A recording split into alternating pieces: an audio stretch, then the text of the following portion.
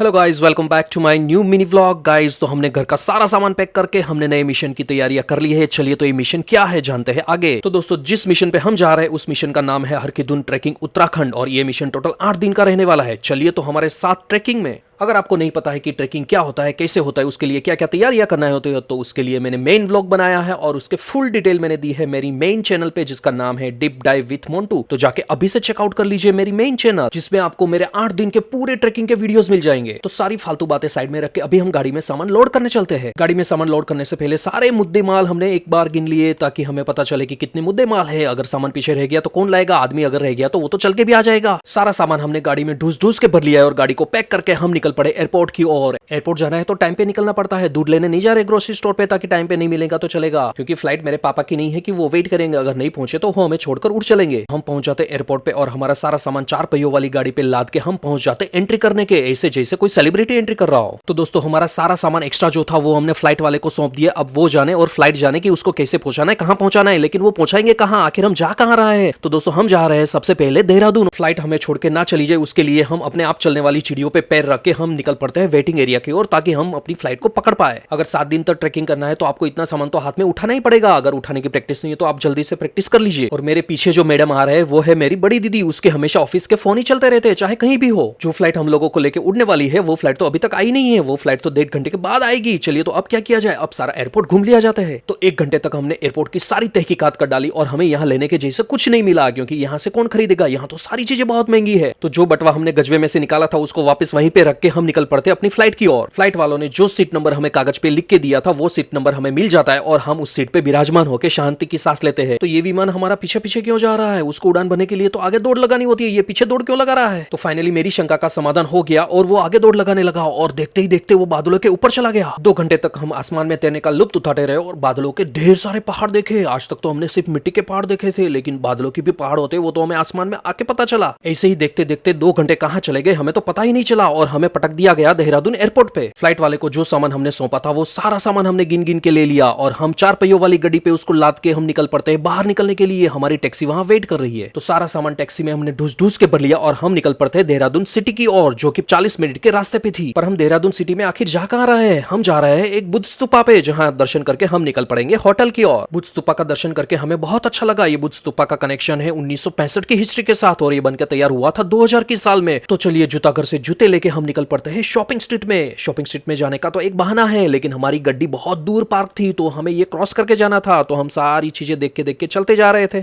जब तक हम अपनी कार तक पहुंचे तब तक एक वीडियो को लाइक और शेयर और सब्सक्राइब कर दीजिए। मिलते हैं अगले व्लॉग में, तब तक के लिए बाय बाय।